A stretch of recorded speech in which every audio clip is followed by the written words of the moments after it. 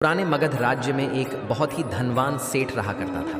उसके पास बहुत धन दौलत थी। एक दिन उसने हिसाब लगाया तो पाया कि उसके पास जितनी भी दौलत है यह तो केवल उसके बच्चों तक के लिए ही पर्याप्त होगी। वह सच में पड़ गया कि उसके बच्चों के बच्चे और फिर उनके बाद आने वाली पीढ़ी लयों का जीवन बहुत मुश्किल हो जाएगा। इसी बात के बारे में सोच सोच कर वह बहुत चिंतित रहने लगा। लेकिन उन्हीं दिन एक महान विद्वान पंडित मगध राज्य में पधारे हुए थे।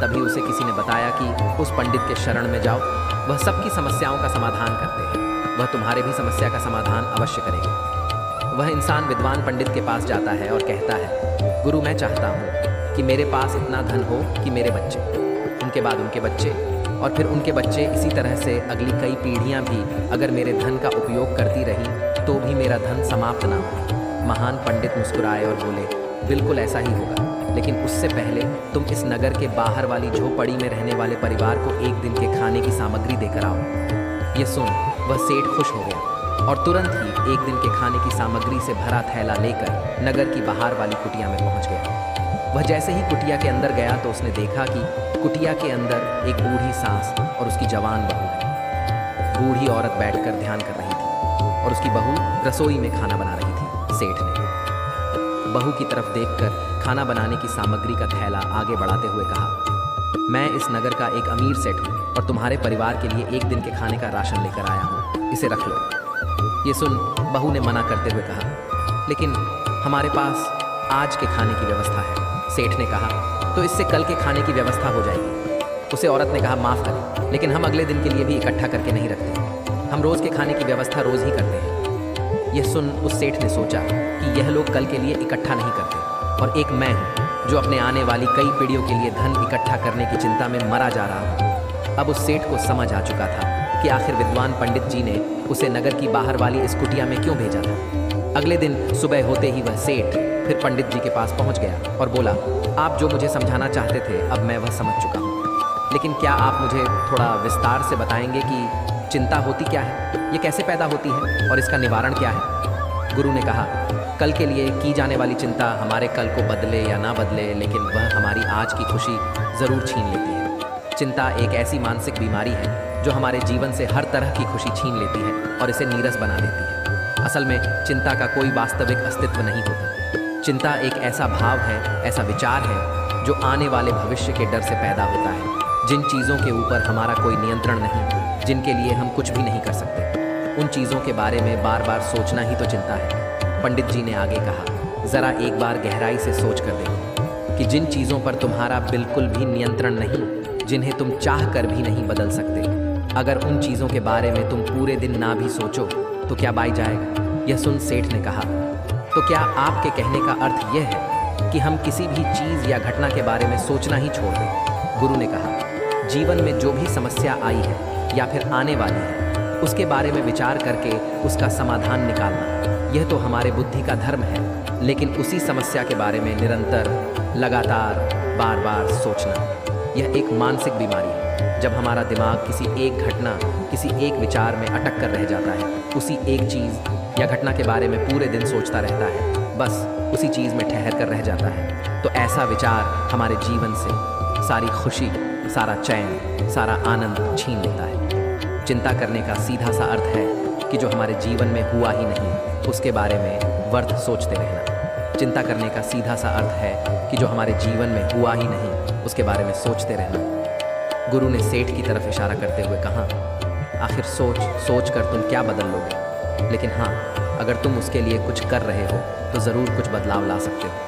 लेकिन अगर उस चीज़ या घटना के बारे में तुम बार बार सोचना छोड़ दोगे तो कुछ भी नहीं बिगड़ने वाला। तो क्यों सोचते रहते हो एक ही चीज़ के बारे में, अपनी हर खुशी और जीवन की शांति को अपने ही हाथों उजाड़ रहे हो। लोग भविष्य की जिन घटनाओं के बारे में सोच सोच कर परेशान होते रहते हैं, उनमें से ज़्यादातर घटनाएं तो उनके जीवन में कभी घटती ही नहीं। चिंता करने से तुम्हारी आने वाली समस्याओं का समाधान नहीं होने वाला, लेकिन तुम्हारा आज का सुख चैन ज़रूर चला जाएगा। तुम एक बात का अनुभव करना कि चिंता से भरा एक घंटा तुम्हें पूरे दिन की मेहनत से भी ज़्यादा थका देता है। असल में जब कोई अपनी घटना वास्तविक जीवन में घट भी जाती है तो वह हमें उतना दुख नहीं देती जितना हमने उसके बारे में मन में सोच सोच कर खुद को दुखी किया होता है। सेठ ने विद्वान पंडित से पूछा, गुरु तो फिर आपके अनुसार जीवन जीने का सही तरीका क्या है? गुरु ने कहा, बीते हुए कल का दूसरा नाम है पश्चाताप, उदासी, और भविष्य का दूसरा नाम संघर्ष। अगर आज हमारे मन में कोई इच्छा है और वह पूरी नहीं होती तो माम भविष्य की योजनाएं बनाने लग जाता है। भविष्य में सारी इच्छाएं पूरी होगी ऐसा सोचने लगता है। लेकिन जीवन ना तो भविष्य में है और ना ही अतीत में। जीवन तो इस पल का नाम है, अर्थात इस पल का अनुभव ही जीवन का अनुभव है। और हम सब यह जानते हुए भी सत्य से अनजान बने रहते हैं या आने वाले समय की योजनाएं बनाते रहते हैं और हमारा जीवन बीत जाता है। सिर्फ एक सत्य अगर हम अपने अंदर उतार ले कि ना हम बीते हुए कल को बदल सकते हैं और ना ही हम आने वाले भविष्य को देख सकते हैं। हम तो केवल पूरे धैर्य और साहस के साथ भविष्य का स्वागत कर सकते हैं, उसे स्वीकार कर सकते हैं। तो क्या ऐसा करने से हमारे जीवन का क्षण जीवन से नहीं भरा जाएगा? सेठ ने कहा, गुरुजी, बात तो आप सही कह रहे हैं, लेकिन कितनी भी कोशिश कर लो चिंता तो होती ही है। ज़्यादा नहीं तो घर परिवार की चिंता तो रहती ही है। गुरु ने कहा, चिंता होना तो स्वाभाविक है, लेकिन उस चिंता को चिंतन में बदलना हमारा काम है। चलो, तुम्हें एक बात स्मरण करता हूँ जो तुम पहले से ही जानते हो। तुम्हारे आने से पहले भी ये संसार था, ये समाज था, परिवार था, और जब तुम इस दुनिया से चले जाओगे तब भी ये सब कुछ रहेंगे। तुम्हारे आने और जाने से इसमें कुछ ज़्यादा बदलाव नहीं आया। वैसे भी तुम्हारे आने से पूर्व और जाने के बाद का समय तुम्हारे हाथ में है ही नहीं। तुम्हारे हाथ में है केवल और केवल वह समय जिसे तुम अभी जी रहे हो, वह समय जिसमें मैं अभी तुमसे बात कर रहा हूँ, तुम मुझे सुन रहे हो। बस यही तुम्हारे हाथ में है और हर बार तुम्हारे हाथ में बस इतना छोटा सा ही एक पल आता है और फिर वह हमेशा के लिए गायब हो जाता है। तो तुम इस पल का क्या करोगे? चिंता करके बर्बाद करोगे? मैं तो यही कहूँगा कि हर इंसान को चिंतन करना चाहिए। चिंतन करना चाहिए इस बात का कि कैसे इस समय का अधिक से अधिक उपयोग किया जा सकता है, कैसे अधिक से अधिक महान कार्य हम कर सकें, कैसे हम सब में आनंद बांट सकें। ध्यान रखना कि चिंता इंसान को उसकी चिता तक ले जाती है और चिंतन उसके मन को कुंदन बना देता है। सेठ ने कहा, गुरु, मैं आपकी बात समझ गया कि हमें जीवन को ज़्यादा गंभीरता से ना लेकर इसे पूरी ऊर्जा और आनंद के साथ वर्तमान में जीने की कोशिश करनी चाहिए। सेठ ने आगे प्रश्न किया, लेकिन बुद्ध, अगर कोई इंसान चिंता से घिर चुका है तो वो इससे बाहर कैसे आए? गुरु ने कहा, क्या तुम कभी बड़ी सुरंग से बाहर निकले हो? कितना भयानक अंधकार होता है। सुरंग के अंदर हमेशा यही डर लगा रहता है कि अगर इसके अंदर फंस गए तो क्या होगा, कैसे निकालेंगे तो सुरंग से। लेकिन अगर ध्यान से देखें तो सुरंग चाहे कितनी बड़ी क्यों ना हो, सुरंग के दूसरे किनारे पर हमेशा प्रकाश ही होता है और उस प्रकाश तक वहीं पहुंच पाता है जो उस पूरी सुरंग को पार करके सुरंग के दूसरे द्वारा तक पहुंचता है। और ठीक इसी प्रकार हमारे जीवन में कई बार हम लोग खुद को निराशा और चिंता की काली सुरंग में फंसा पाते हैं, जहां से बाहर जाने का रास्ता नजर नहीं आता और ऐसा लगने लगता है कि यह जीवन ऐसे ही समाप्त हो जाएगा। लेकिन ऐसी परिस्थिति में ठीक उस सुरंग की भांति इस निराशा और चिंता को समाप्त करने वाला आशा का प्रकाश उसे ही मिलता है जो निरंतर आगे बढ़ता रहता है, जो लगातार प्रयत्न करता रहता है। इसीलिए अगर तुम्हारे जीवन में कभी भी उदासी और चिंता का पल आई तो रुकना मत, बस लगातार प्रयास करते रहना, तुम्हें सफलता अवश्य मिलेगी। अब तक सेठ गुरु की बातें समझ चुका था, उससे गुरु का धन्यवाद किया और वहाँ से चला गया। लेकिन उससे पहले दोस्तों कि मैं इस वीडियो को समाप्त करूँ, मैं आपके साथ 5 ऐसे प्रैक्टिकल टिप्स शेयर करना चाहता हूँ जिनका इस्तेमाल करके आप अपने लाइफ में आने वाली बहुत सी चिंताओं और परेशानियों को काफ़ी हद तक कम कर सकते हैं। तो जो पहली सीख है वह ये है कि जीवन को ज़्यादा गंभीरता से लेना छोड़ दें कि यह हो गया